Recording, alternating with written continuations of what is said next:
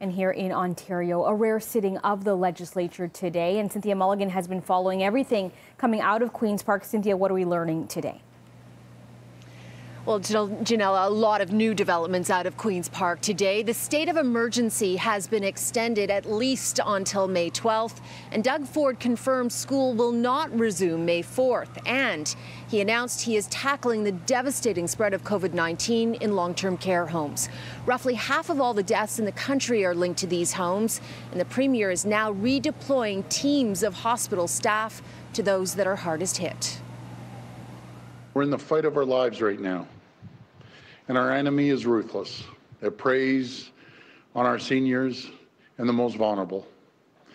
And the reality is, despite our best efforts, we're dealing with a wildfire at our long-term care homes right now.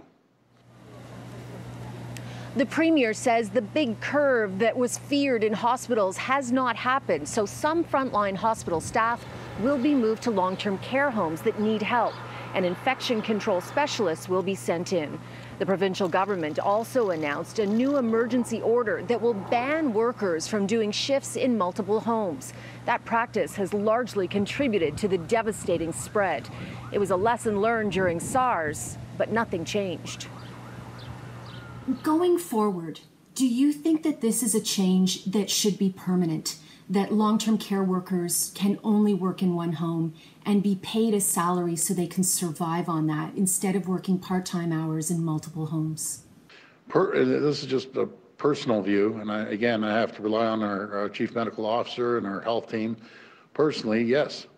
My heart breaks for these people. They deserve every penny, 10 times more than that as well.